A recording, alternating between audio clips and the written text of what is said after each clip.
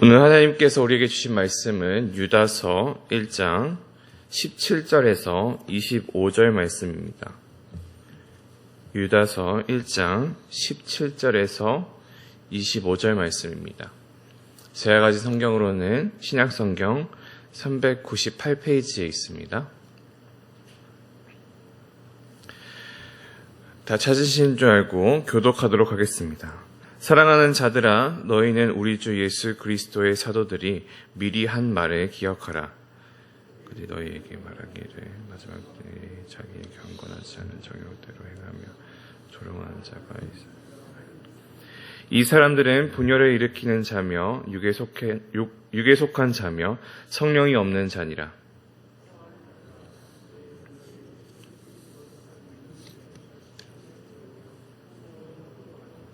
하나님의 사랑 안에서 자신을 지키며 영생에 이르도록 우리 주 예수 그리스도의 긍휼을 기다리라.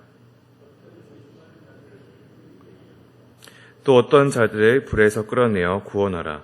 또 어떤 자를 그 육체로 더럽힌 옷까지도 미워하되 두려움으로 긍휼히 여기라.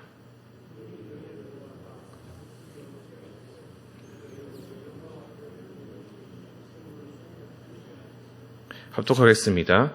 곧 우리 구주 홀로 하나이신 하나님께 우리 주 예수 그리스도로 말미암아 영광과 위엄과 권세와 영원전부터 이제와 영원토록 함께 있을지어다. 아멘.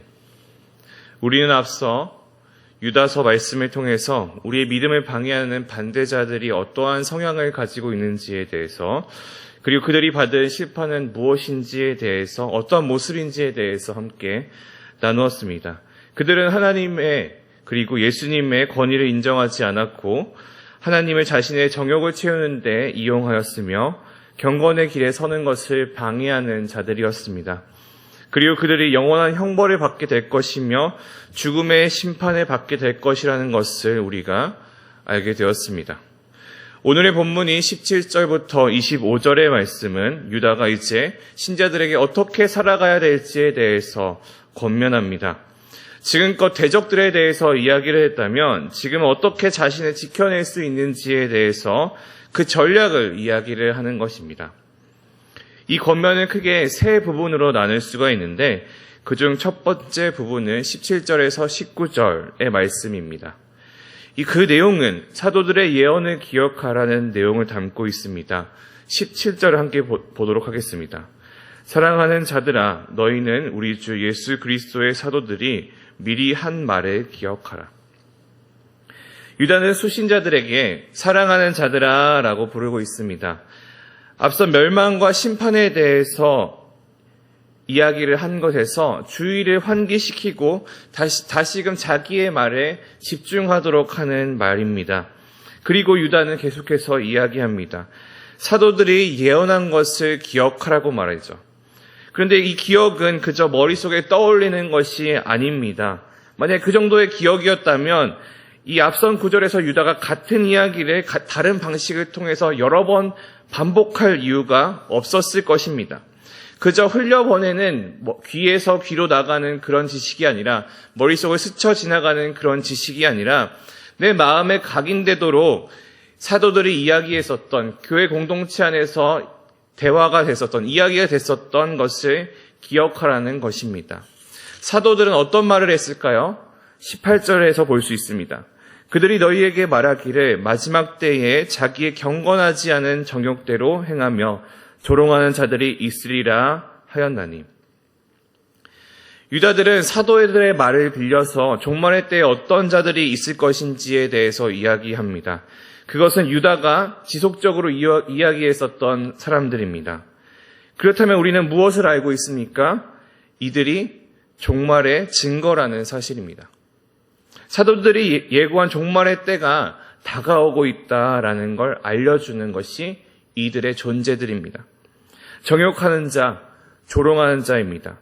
16절에서 비교해서 읽어본다면 거의 동일합니다.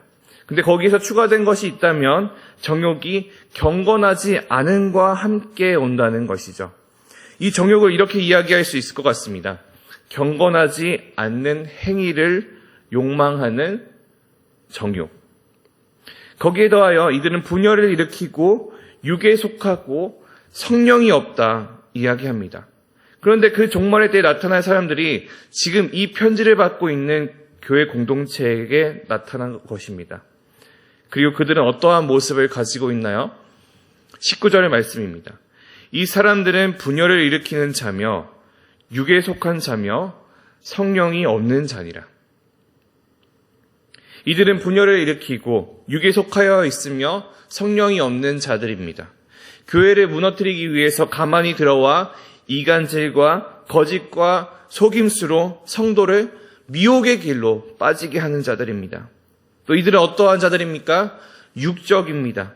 인간의 생각과 의지와 열정이 가득한 자들입니다. 하나님의 나라를, 하나님의 뜻을 바라보는 것이 아니라 나의 만족과 유익을 위해 살아가는 자들입니다. 그리고 그들의 결국은 무엇이냐?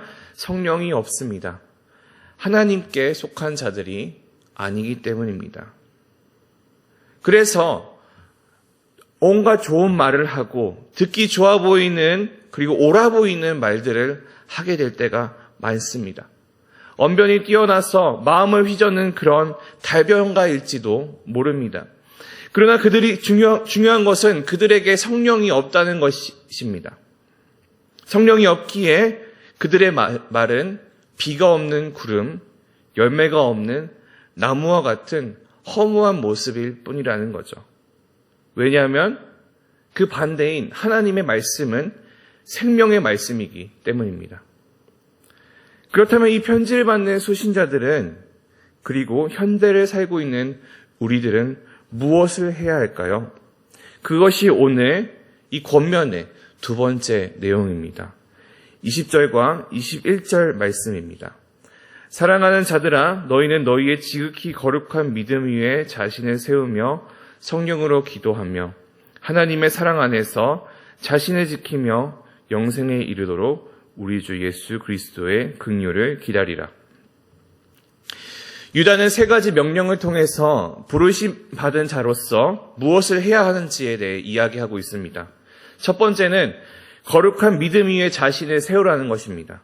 그리고 두 번째는 성령 안에서 기도하는 것이며 마지막은 하나님의 사랑 안에서 자신을 지키라는 것입니다. 그것을 통해서 예수의 재림의 그 날까지 기다리며 예수님의 긍휼을 기다리는 것입니다. 2절에서 우리가 유다가 그 긍휼에 대해 언급한 것을 기억할 수 있습니다. 2절에는 이렇게 나와 있었죠. 긍휼과 평강과 사랑이 너희에게 더욱 많을지어다. 이 긍휼이 어떠한 긍휼이냐? 예수 그리스도의 긍휼입니다. 이 긍휼은 예수 그리스도의 재림의 날에 우리에게 필요한 것입니다. 예수님의 긍휼을 통해서 우리가 영생을 얻고 구원을 받는 것입니다. 우리가 완전합니까? 그렇지 않습니다. 우리가 죄를 짓지 않습니까? 그렇지 않습니다. 우리가 심판날에 우리가 하나님 앞에 섰을 때 우리가 죄가 없는 모습으로 서게 됩니까? 그렇지 않습니다. 우리 완전하지 않기 때문입니다. 우린 여전히 죄를 짓고 살아가며 그 심판대 앞에 서는 그때에도 아마도 죄인의 모습으로 서게 될 것입니다. 그러나 그때 필요한 것이 예수님의 긍휼입니다. 우리가 하나님의 안에 살아가게 된다면 우리는 그 긍휼을 잊고 심판대에서 벗어날 수 있게 될 것입니다. 지금의 우리는 그 긍휼을 영생의 선물을 받는 그날을 우리가 온전해질 그때까지 갈망해야 할 것입니다. 이런 예수 그리스도의 긍휼을 갈망하는 우리에게 유다는 이렇게 명령합니다. 유다의 세 번째 권면입니다. 의심하는 자들을 긍휼히 여기라. 또 어떤 자를 불에서 끌어내어 구원하라. 또 어떤 자를 그 육체로 더럽힌 옷까지도 미워하되 두려움으로 긍휼히 여기라. 의심하는 자, 불에 들어갈 자, 육체로 더럽힌 자. 어떤 자가 생각나지 않습니까? 우리가 거듭거듭 이야기했었던 그 가만히 들어온 자, 그 반드자가 생각이 납니다. 유다가 이야기하는 이 자들은 경건의 길에서 멀어졌던 하나님을 의심하는 자였었고요. 정욕을 따랐기에 불의 심판에 받아야 마땅한 사람이었고요. 하나님의 권위를 인정하지 못한 채 죄된 모습으로 더럽혀진 사람이었습니다. 하지만 유다는 그들을 긍휼히 여기라 이야기합니다. 아직 그들이 자신의 그 길에서 돌이킬 수 있기 때문입니다. 그래서 어거스틴은 이 유명한 말을 하기도 하죠. 죄를 미워하되 사람은 미워하지 말라. 결국 이 반대자들은 심판받을 사람들이지만 여전히 하나님은 그들이 돌아오기를 원하신다는 걸 우리가 기억하기 원한다는 겁니다. 우리도 마찬가지로 그들의 긍휼로 대하기를 하나님은 원하신다는 거죠. 경계를 해야 하지만 이들이 그 자신의 그 영향력을 뻗치는 것에 있어서 우리가 경계해야 하지만 동시에 우리가 잘 분별하여 그들이 다시금 하나님 앞에 돌아올 수 있도록 긍휼로 나아가야 한다는 것입니다. 우리가 그 긍휼을 실천해내길 소망합니다. 유다는 이제 마지막 말로 이 편지를 마칩니다. 24절과 25절 말씀입니다. 곧 우리 구주 홀로 하나이신 능히 너희를 보호하사 거침이 없게 하시고 너희로 그 영광 앞에 흠이 기쁨으로 서게 하실 이 곧 우리 구주 홀로이신 하나님께 우리 주 예수 그리스도로 말미암아 영광과 위엄과 권세와 권력과 권세가 영원 전부터 이제와 영원토록 있을지어다. 아멘. 믿음을 해치려는 그 세력이 있는 상황에서 홀로 한 분이신 하나님을 우리는 그 믿음을 가지고 하나님께서 우리를 지키시고 보호하신 분이시라는 것을 믿어야 할 것입니다. 우리를 의롭다 하셨기에 우리가 흠이 없이 기쁨으로 하나님 앞에 서게 하십니다. 하나님은 언제나 영광과 위엄과 권력과 권세가 함께 하시며 앞으로도 그러하실 분이십니다.